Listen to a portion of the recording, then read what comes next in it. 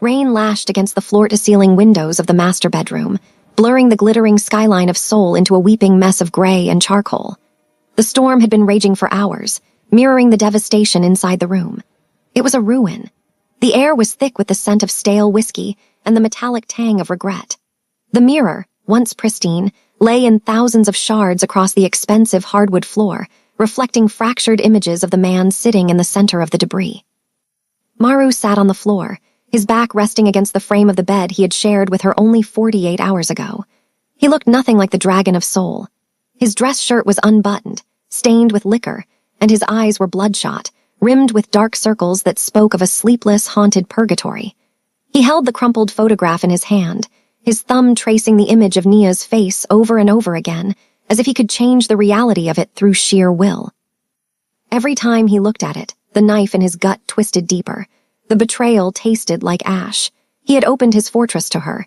He had let her pass the walls he had built over a lifetime of violence and blood. He had let himself believe, for the first time in his wretched existence, that someone could look at him and see the man, not the monster. And she had been a spy. She had been working for Kang. The thought made him want to burn the city down, but the only thing burning right now was his own soul. He took another long, burning pull from the bottle of whiskey, seeking oblivion, but finding only sharper memories. He remembered the way she smelled like vanilla and rain. He remembered the way she had looked at him at the dinner table, trusting him to protect her. He remembered the sound of her voice begging him to believe her as he threw her out like garbage. Get out. The memory of his own roar made him flinch. He had terrified her. He had seen the light go out in her eyes, replaced by a fear that would haunt him until his dying day. A soft, hesitant knock on the open door broke the oppressive silence. Maru didn't look up. He didn't have the energy to command anyone to leave. It's me, cousin. Junwoo stepped into the room, picking his way carefully over the broken glass and shredded feathers of the mattress.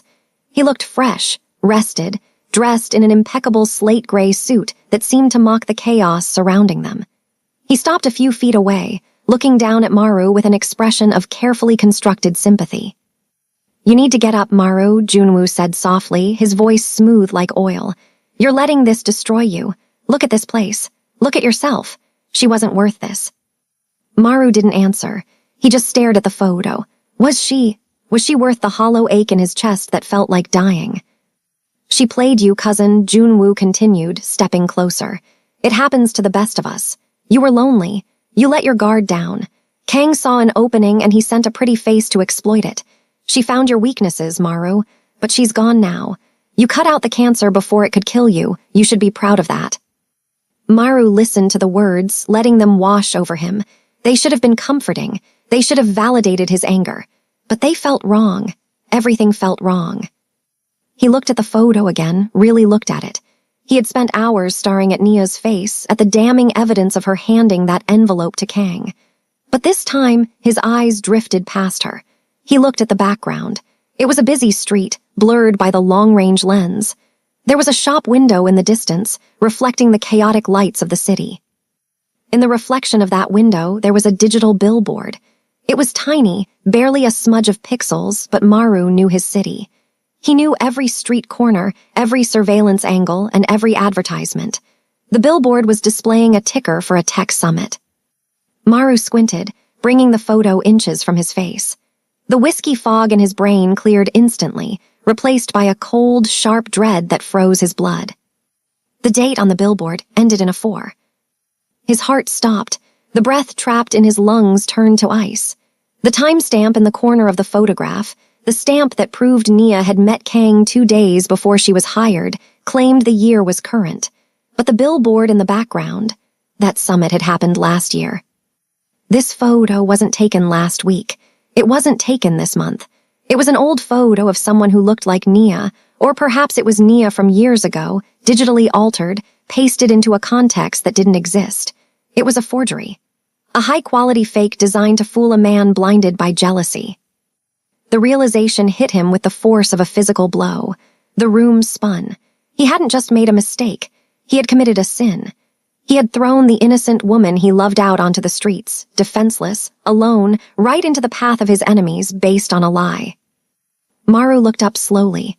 Junwoo was still watching him, that faint, sympathetic smile plastered on his face. But now, through the lens of the truth, Maru saw it for what it was. It wasn't sympathy. It was victory. It was the smile of a man who had successfully manipulated a king into beheading his own queen. Maru stood up. He moved so fast the whiskey bottle slipped from his fingers and shattered against the wall, the sound exploding like a gunshot. "What is it?" Junwoo asked, taking a step back, his smile faltering as he sensed the sudden, terrifying shift in the air. Maru didn't speak. He couldn't. If he opened his mouth, he would scream. He walked past Junwoo, his shoulder slamming into his cousin's chest hard enough to send him stumbling, and stormed into the hallway. "Mrs. CHOI." The roar shook the foundations of the mansion. It wasn't a call. It was a summons from hell. Downstairs, Maid scattered in terror, dropping cleaning supplies. A moment later, Mrs. Choi appeared at the bottom of the grand staircase, her face pale as a sheet, her hands trembling violently in her apron. "Sir," she whispered, looking up at the man descending the stairs like an avalanche of dark fury. Maru stopped in front of her, his breathing ragged, his eyes wild. He shoved the crumpled photo into her face. "Who gave this to you?" he demanded, his voice dropping to a lethal, vibrating growl. "Who put it in my room? Who told you to say nothing?" Mrs. Choi's eyes darted past him to the top of the stairs, where Junwoo was now standing, gripping the railing, his face draining of color. She looked back at Maru, tears spilling over her cheeks. She was shaking so hard she could barely stand. I found it, sir, on the pillow." "Don't lie to me," Maru shouted, slamming his hand against the wall. Plaster cracked under his fist. "If you lie to me now after what I've done to her, I will forget you have served this family for 20 years. Who?" Mrs. Choi sobbed, falling to her knees on the marble floor. "I was scared. He said he would fire me. He said he would ensure I never worked in Seoul again. He said he would hurt my son." "Who?" Maru asked, the words slicing through the air. Mrs. Choi pointed a trembling finger up the stairs. "Master Junwoo. I saw him go into your room with a bag. I saw him shred the uniform. I wanted to tell you, sir, I swear, but you were so angry. I was terrified." The silence that followed was absolute. It was the silence of a tomb. Maru turned slowly to look up the stairs. Junwoo wasn't smiling anymore. His mask had shattered. He looked small. He looked like a child who had been caught playing with matches while the house burned down around him. Maru didn't scream. He didn't run up the stairs. He just looked at his cousin, and in that look, Junwoo saw his own death written in ink and blood. "Where is she?" Maru asked. Junwoo swallowed hard, backing away from the railing. "It doesn't matter, Maru. It's too late. She's gone." "Where is she?" Maru repeated, taking the first slow step up. Junwoo turned and ran. He sprinted toward the guest wing, his footsteps frantic against the floor, heading for the back exit. Maru didn't chase him. He didn't need to run. He was the dragon. He controlled the ground they walked on. He pulled his phone from his pocket, his fingers flying across the screen as he dialed his head of security. "Lock down the grounds," Maru ordered, his voice devoid of humanity. "No one leaves, no one enters, and find Nia. Ping her phone, access the city grid, check every camera in Seoul. If you don't find her in the next hour, don't bother coming back." He hung up and stood alone in the foyer of his empty, cold mansion.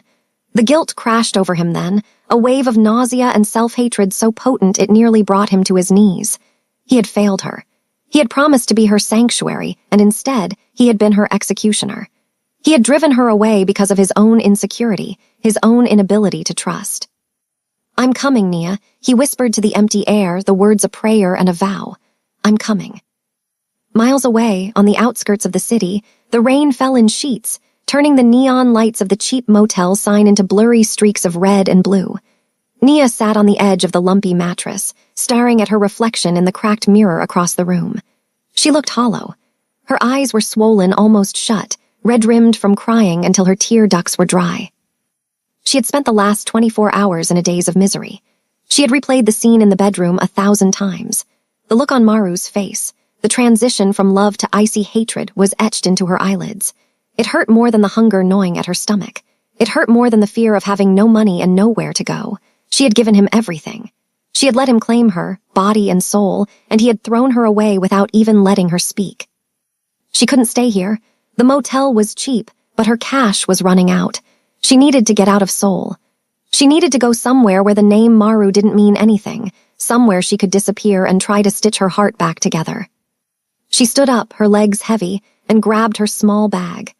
It contained only the dress she had left in, a few toiletries she had bought at a convenience store, and the crushing weight of her memories. She walked out into the relentless rain. The cold water soaked her instantly, plastering her hair to her face, but she didn't care. She kept her head down, walking toward the bus station a few blocks away. The streets were empty, the storm driving everyone indoors. A black van screeched around the corner, splashing dirty water onto the sidewalk. Nia flinched, stepping back toward the brick wall of an alley, expecting it to pass. But the van didn't pass. It slammed on its brakes, the tires squealing against the wet asphalt. The side door slid, open with a heavy metallic rasp. Nia turned to run, her instincts screaming, but she was too slow. Two men jumped out, wearing dark raincoats. One grabbed her arm, spinning her around. She opened her mouth to scream, to fight, but a heavy hand clamped over her mouth, stifling the sound. She kicked, clawed, dug her nails into the man's wrist, but he was too strong. They dragged her toward the open maw of the van. Inside, sitting in the shadows, was a man she recognized. It wasn't Maru. It was Kang, the rival boss whose arm Maru had broken at the poker game. He was wearing a sling, his face twisted into a cruel, triumphant grin that made her blood run cold. "Hello, sweetheart," Kang crooned. And sitting next to him, looking breathless and pale, his suit damp from his escape, was Junwoo. "Get her in," Junwoo snapped, looking nervously out the back window. "He's going to know. He's going to track her phone. Move." Nia was shoved inside, stumbling over the metal floor. The door slammed shut, sealing her in darkness and the smell of men and fear. Kang leaned forward, grabbing a handful of her wet hair and yanking her head back. She cried out, tears springing to her eyes. "So this is the dragon's treasure," Kang sneered, inspecting her face. "Maru broke my arm for touching you. I wonder what he'll do when I send him pieces of you in a box." Nia stared at him, trembling, but she found a spark of anger beneath the fear. She spat in his face. Kang laughed, wiping the saliva away slowly. "Feisty, I like that. It makes breaking you more fun." Junwoo's phone rang. The sound was loud and jarring in the confined space. He looked at the screen, and the color drained from his face entirely. "It's him," Junwoo whispered, his hand shaking. "Answer it," Kang ordered. "Put it on speaker. Let him hear her fear." Junwoo's thumb hovered over the screen. He took a shaky breath and pressed answer. "Junwoo." Maru's voice filled the van. It wasn't loud. It wasn't shouting. It sounded like the voice of a dead man walking. It was terrifying in its calmness. "You're too late, cousin," Junwoo said, his voice cracking. "She's with us, and she looks very tempting." There was a pause, a silence so heavy it felt like the air pressure in the van dropped. "If you touch her," Maru said softly, "I will peel the skin off your bones. I will keep you alive for days, Junwoo. I will make you beg for hell, and I will not grant it to you." Junwoo looked at Kang, fear visible in his eyes. He had unleashed a monster he couldn't control. "Bring her to the shipyard," Maru continued. "Warehouse 4. I'm coming alone. If I see anyone else, if I see one police officer or one guard, I burn the city down." The line went dead. The shipyard was a desolate graveyard of rusting metal and rotting wood, sitting on the edge of the dark, churning ocean. The rain hammered down on the corrugated tin roof of Warehouse 4, creating a deafening drumbeat that masked the sound of the world outside. Inside, the air smelled of salt and rust. Nia was tied to a metal chair in the center of the vast, empty space. Her lip was split where Kang had backhanded her for struggling, and her dress was torn at the shoulder, but she was alive. Kang and Junwoo stood near her, flanked by 6 armed men. They were waiting. The large metal doors of the warehouse groaned against the wind. Everyone raised their guns, aiming at the entrance. But the doors didn't open. Instead, the skylight 30 feet above them shattered inward. Glass rained down like deadly confetti. A figure dropped from the shadows, landing in a crouch on top of a shipping container. It was Maru. He didn't look human. He was dressed in tactical black, soaking wet, his hair plastered to his forehead. He held a gun in each hand. He didn't pause. He didn't hesitate. He opened fire. The warehouse erupted into chaos. Maru moved with a fluidity that was mesmerizing and terrifying. He jumped from the container, rolling as he hit the floor, bullets sparking off the concrete around him. He took out 2 men before he even stood up. Kang roared orders, firing blindly, but Maru was a ghost in the rain. He weaved through the maze of crates, closing the distance. He wasn't fighting for territory. He wasn't fighting for pride. He was fighting for his heart, and that made him unstoppable. He was a force of nature, a hurricane of violence tearing through anyone who stood between him and the woman he loved. He reached the center circle. Kang stepped out, aiming his gun at Nia's head. "Stop," Kang screamed. "Stop or I paint the floor with her brains." Maru froze. He stood 20 feet away, his chest heaving, his guns raised. His eyes locked onto Nia. When he saw the blood on her lip, a muscle in his jaw jumped, and the tattoo on his neck seemed to writhe with the tension of his cords. "Drop the guns, Maru." Kang yelled, pressing the barrel into Nia's temple. Maru slowly lowered his weapons. He placed them on the floor and kicked them away. "Let her go, Kang," Maru said, his voice steady. "This is between us." Nia looked at him. She saw the desperation in his eyes, the raw terror that he tried to hide behind the mask of the boss. He had come for her. After everything, he had come alone, unarmed, ready to die for her. Junwoo stepped out from behind Kang, holding a gun of his own. His hands were shaking violently. "Look at him," Junwoo sneered, his voice high and hysterical. "The great dragon. You look pathetic, Maru, all for a maid. You threw your empire away for her." Maru didn't look at his cousin. He kept his eyes on Kang. "You have 3 seconds to step away from her." Kang laughed. "Or what? You're unarmed, you're dead." 1. Maru took a step forward. 2. Kang tightened his finger on the trigger. Nia didn't wait. She wasn't going to be the damsel who watched her lover die. She twisted her head and sank her teeth into Kang's hand, biting down with everything she had, tasting the metallic tang of blood. Kang howled, instinctively pulling his hand back. That split second was all Maru needed. He didn't need a gun. He pulled a knife from his boot, a blur of silver in the dim light, and threw it. The blade buried itself in Kang's shoulder. Kang screamed, dropping his gun. Maru was on him before the weapon hit the floor. He tackled Kang, driving him into the concrete. It wasn't a fight. It was an execution. Maru rained blows down on his rival, his fists moving with the force of a piston. He broke Kang's nose, his jaw, his ribs. He beat him until Kang stopped moving, until the threat was neutralized, until the rage in his blood had somewhere to go. Junwoo scrambled backward, raising his gun, aiming at Maru's back. "Maru, look out," Nia screamed. Maru spun around, snatching Kang's fallen gun from the floor in one fluid motion. Junwoo fired. The bullet grazed Maru's arm, tearing through the fabric and flesh, but Maru didn't even flinch. He raised the gun and fired once. The shot echoed through the warehouse like a thunderclap. Junwoo dropped his gun, clutching his leg as he fell to the ground, screaming. Maru had shot him in the kneecap, a life-altering wound. Maru walked over to his cousin. He stood over him, the smoking gun in his hand, looking down with eyes that held no pity, only cold finality. "I told you," Maru said softly. "I told you I would balance the ledger." He kicked the gun away from Junwoo and leaned down. "You will live, Junwoo, but you will never walk without pain again. Every step you take will remind you of the day you tried to touch what was mine." Maru turned his back on him. He walked over to Nia. His hands, which had been instruments of death seconds ago, were shaking uncontrollably as he reached for the ropes binding her. He cut them loose, the knife slicing through the hemp like butter. "Nia," he whispered, his voice breaking. Nia pulled her arms free. She stood up, her legs wobbling. She looked at him, the blood on his hands, the soaking wet clothes, the bullet graze on his arm, the bruises forming on his knuckles. She took a step back. Maru froze. The rejection hit him harder than the bullet ever could. He dropped the knife. He didn't try to touch her. Instead, the dragon of soul, the man who bowed to no one, the man who ruled the city with fear, dropped to his knees on the dirty, blood-stained concrete floor.